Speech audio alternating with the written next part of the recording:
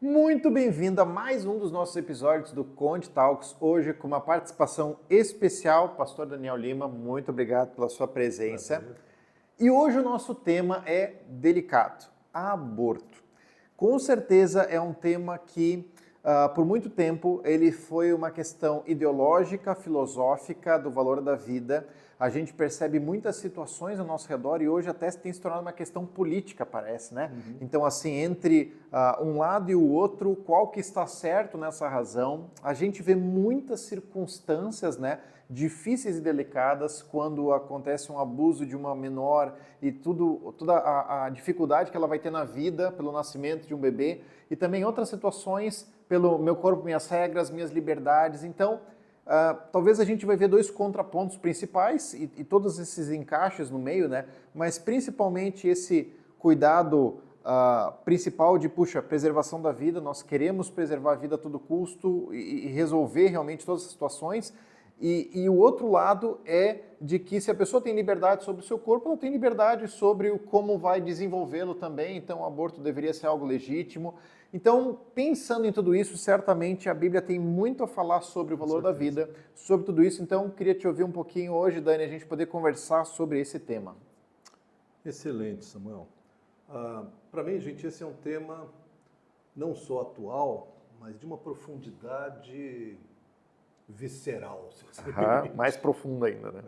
Porque é óbvio que quando você começa a ouvir alguns relatos, e não estou falando daquela situação da mulher que decide, não quero filho, pronto, vou tirar.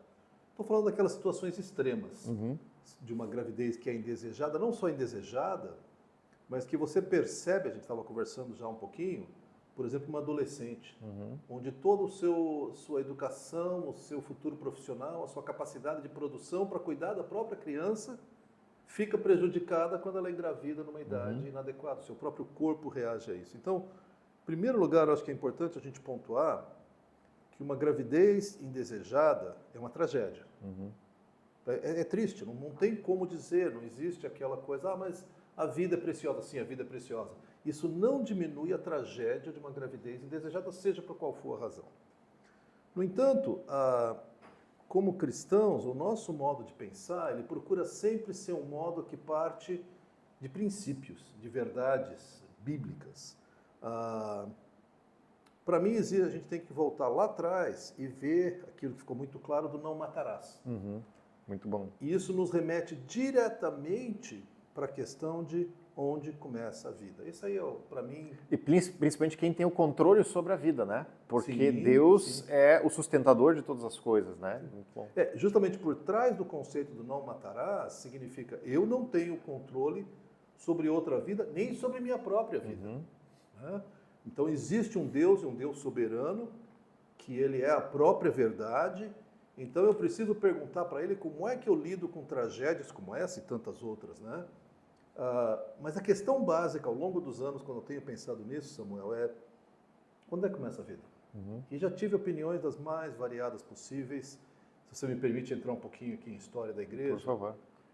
Tomás de Aquino, um dos pais da igreja, um referencial aí, afirmava que ele fala que a pessoa recebia a alma, o feto recebia a alma aos 40 dias, se fosse menino.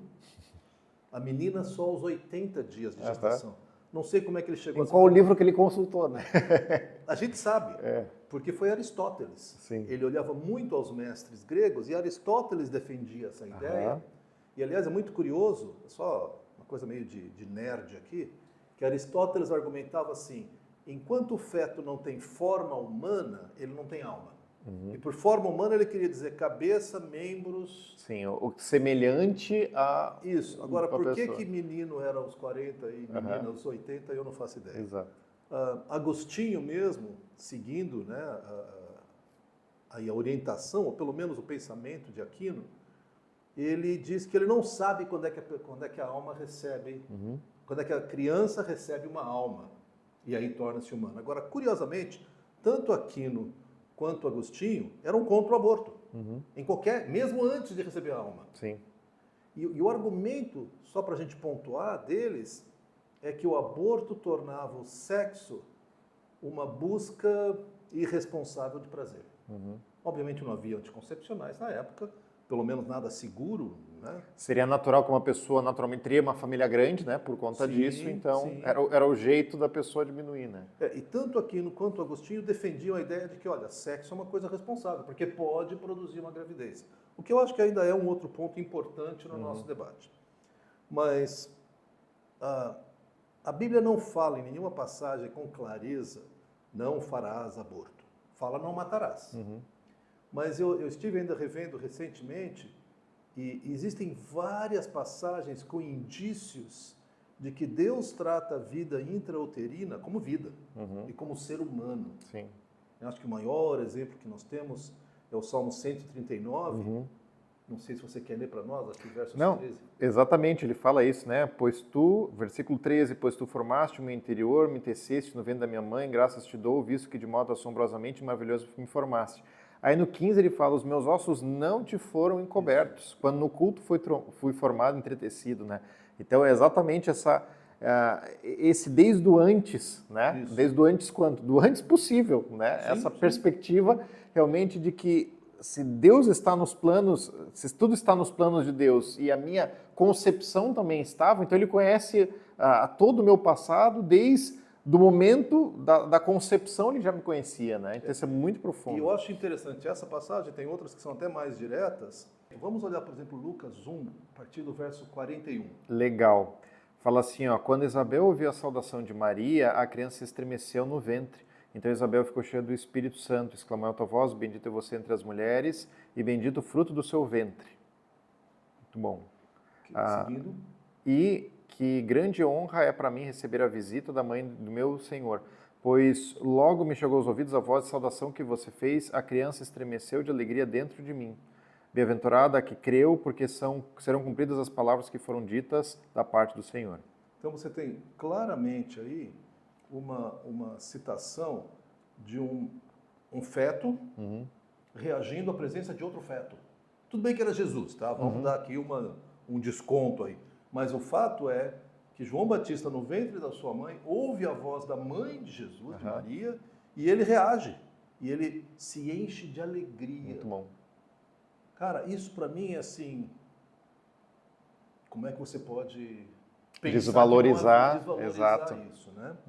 Nós temos também em Jeremias, capítulo 1, se não me engano, verso 5, lá atrás, Jeremias. Esse é dando um pulo lá no Antigo Testamento. Jeremias 1.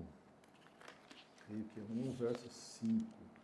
Antes de formá-lo no ventre materno, já o conhecia, e antes de você nascer, eu consagrei e constituí profeta às nações. Muito bom. Então, aqui Deus está dizendo, antes de você ser formado, antes da concepção, Deus já o conhecia como conhecedor, então havia um conhecimento assim didático, de conteúdo, de informação, mas não só isso, ele consagrou antes do nascimento. Legal. Então existe um relacionamento de Deus com essa criança. Né? E tem outros, nós temos em Isaías, depois temos em Gálatas, podemos olhar outras passagens, mas a Bíblia tem vários indícios que indicam que a vida, Deus se relaciona com o feto antes do nascer. Para mim é algo assim, eu não sei como é que você fez com suas filhas, mas Ana Paula e eu tínhamos a prática de orar e cantar. Ana Paula cantava, não eu, ainda bem, mas antes da criança nascer.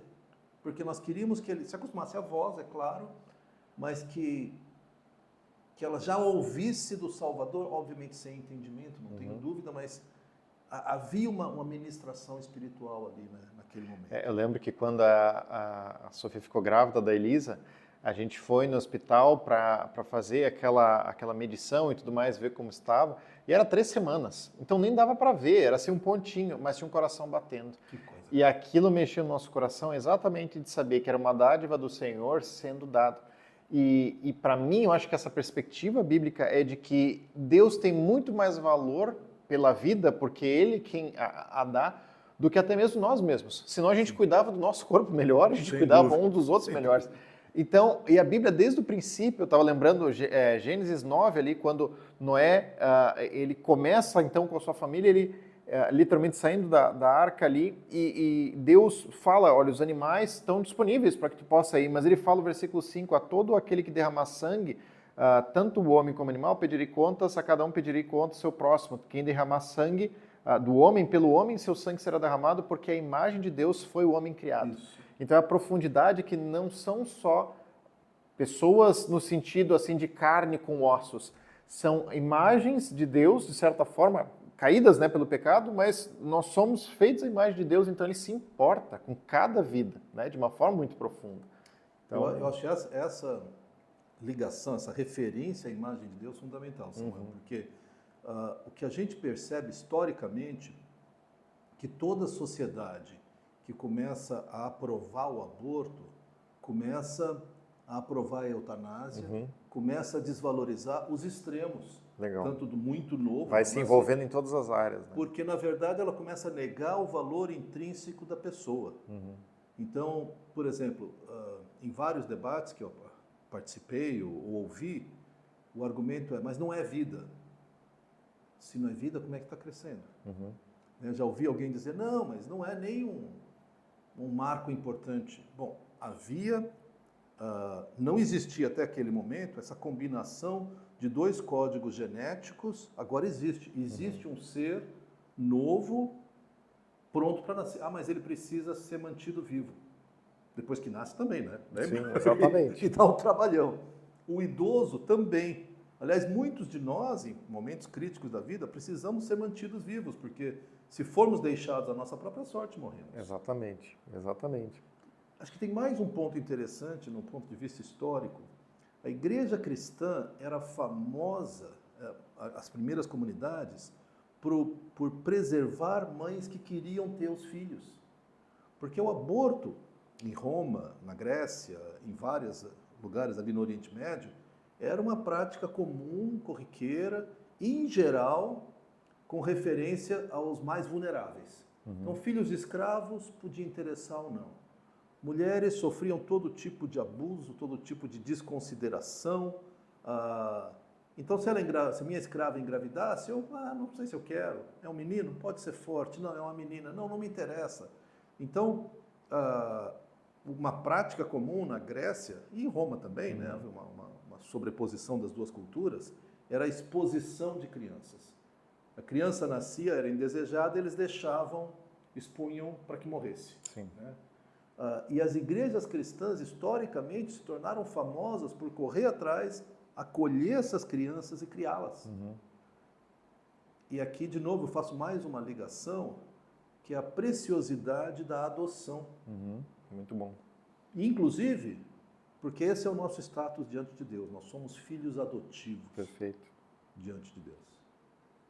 Eu acho que essa profundidade, né, é de que quando eu entendo o valor que Deus dá para a minha vida e eu entendo em Cristo quem eu sou, eu passo a conseguir valorizar os outros de uma maneira diferente. Sim. Também eu consigo lidar, né?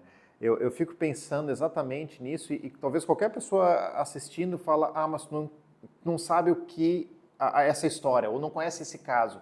É verdade. E sim, existem muitos casos, né? Existem casos em que inclusive a pessoa talvez se não abortar, talvez a mãe possa vir a morrer também. Então são assuntos delicados, tem circunstâncias delicadas, mas o nosso princípio, a gente sempre parte pela preservação da vida e a soberania de Deus, de que Deus pode estar conduzindo de fato para que... eu conheço vários amigos e tudo mais que tiveram filhos que eles teriam debilidades, mas eles confiaram em Deus dizendo, Deus, o Senhor é soberano, e alguns desses, no ventre, eles vieram a falecer, mas Deus sabia.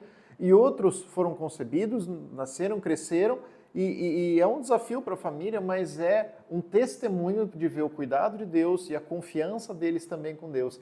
Então, acho que para mim, acho que um grande argumento é que nós dizermos que nós somos a favor da vida, contra o aborto, e nós entendemos esse princípio, não nos isenta de nós sermos sensíveis a situações de, por exemplo, se essa adolescente fosse aqui da igreja e participasse, ou está no nosso meio, da nossa família, é nossa responsabilidade como igreja também cuidar. Então, a gente não pode se isentar e dizer assim, aconteceu, Deus sabia, então se vira. Não. isso é uma situação no nosso meio em que nós podemos ser, de alguma forma, uma bênção. Eu lembro de uma coisa que tu compartilhou algum tempo atrás, e que eu lembro disso, de que filhos são presente e filhos são bênção. É bênção. Sim. Às vezes as circunstâncias que eles nasceram não são boas. Às vezes é um casal que não tinha relacionamento, às vezes veio fruto de um namorado com a namorada, às vezes veio outras circunstâncias, mas os filhos são bênção. Agora, como a gente cuida disso como igreja, esse é um outro ambiente. Então, nós temos sim, não só princípios a manter, mas passos a dar como cristãos também, né? Eu acho muito bom, porque é retomar esse papel histórico que a igreja teve. Orfanatos, até o início da era cristã, eram coisas desconhecidas. Não existiam orfanatos, porque ninguém acolhia uma criança abandonada. Sim. Isso é uma herança nossa, que eu creio que hoje em dia, como cristãos, a gente tem perdido um pouco essa ênfase. Eu não estou defendendo orfanatos, tem uma série de problemas com essa solução, mas o fato é, se nós somos pró-vida, nós temos que ser pró-acolhimento. Porque, como você destacou bem, e é importante lembrar, a tragédia de uma gravidez indesejada não é uma questão de uma decisão momentânea. A resolução é uma vida inteira pela frente. Não só isso, esses dias viajando, eu viajei num voo longo aí, com um casal próximo de nós, com um filho autista. Esse menino gritou a noite inteira. E o meu coração, isso é coisa de Deus, gente, mas o meu coração estava assim, Senhor, abençoa esses pais. Tá, eu não dormi, o que é ruim, mas eu enfrento bem essas coisas. Estava orando porque estava acordado, né? Mas fez parte. Pelo menos para isso. Mas assim, eu fiquei imaginando o constrangimento e o peso desses pais. Obviamente eles percebiam que estavam constrangendo todo mundo, o avião inteiro. E eles tentavam segurar o menino, e ele, de novo, com aquela, né, autista ou alguma coisa assim, sem controle. No final até pensei em procurá-lo, mas é uma questão muito delicada, né? E eu fiquei pensando, e se esses pais soubessem que o filho deles seria assim? Qual seria a decisão deles? Eu não sei. E é uma tragédia. E eu não quero minimizar tragédias. Mas tem uma história que eu ouvi anos atrás, Samuel, que eu acho que vale a pena.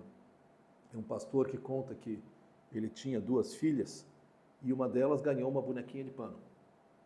E essa bonequinha de pano foi para o banho, secou, rolou na grama, ficou suja, esparrapada, a mãe costurava, remendava, caiu o olhinho de botão, a mãe lá pregava outro olhinho.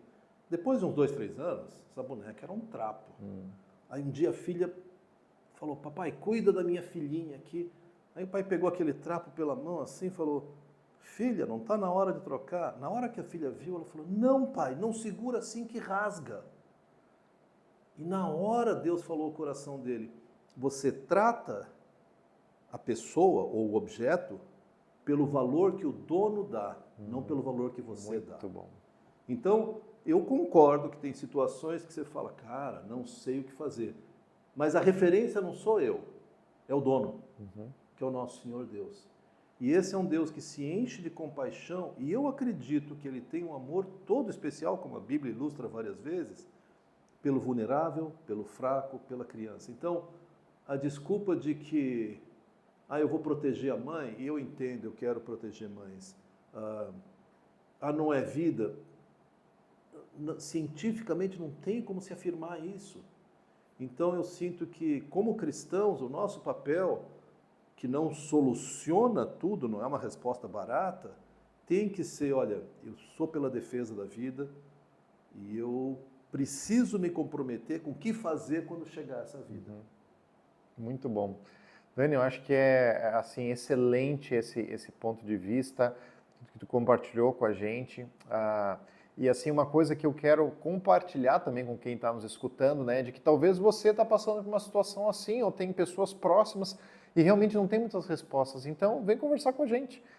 Talvez o maior aspecto é que não são situações fáceis. Nós, ao dizermos isso, nunca a gente vai dizer assim, é fácil, é uma resposta fácil, né? A gente não está falando entre pagar imposto ou não, a gente está falando entre conceber uma vida ou não, entre as responsabilidades com isso, mas nós cremos num Deus que ele sabe de todas essas circunstâncias e ele está cuidando disso, então não caminhe sozinho, porque caminhar sozinho ou longe de uma igreja confiável ou que ame a Jesus, a chance de você tomar decisões ruins que venha a se arrepender muito grande. A gente nem abordou isso, né? Mas a maioria dos casos em que a pessoa toma uma atitude assim é um arrependimento ao longo da vida, porque de fato é um peso no coração. Então não guarde isso, converse, e nós queremos de alguma forma ser um apoio. Muito bom. Dani, muito obrigado. Acho que foi excelente assim esse nosso compartilhar. Espero que tenha sido muito bom para você também, que você possa realmente avaliar a sua própria perspectiva, os seus próprios princípios, e a gente possa pensar junto sobre isso. E se você está assistindo aqui no YouTube, se inscreve no nosso canal, ativa o sininho, participa com a gente também. Sempre, toda semana, a gente está enviando mais conteúdos aqui, então certamente vão ser importantes para você, tá bom? Deus abençoe e até o próximo episódio. Valeu, gente!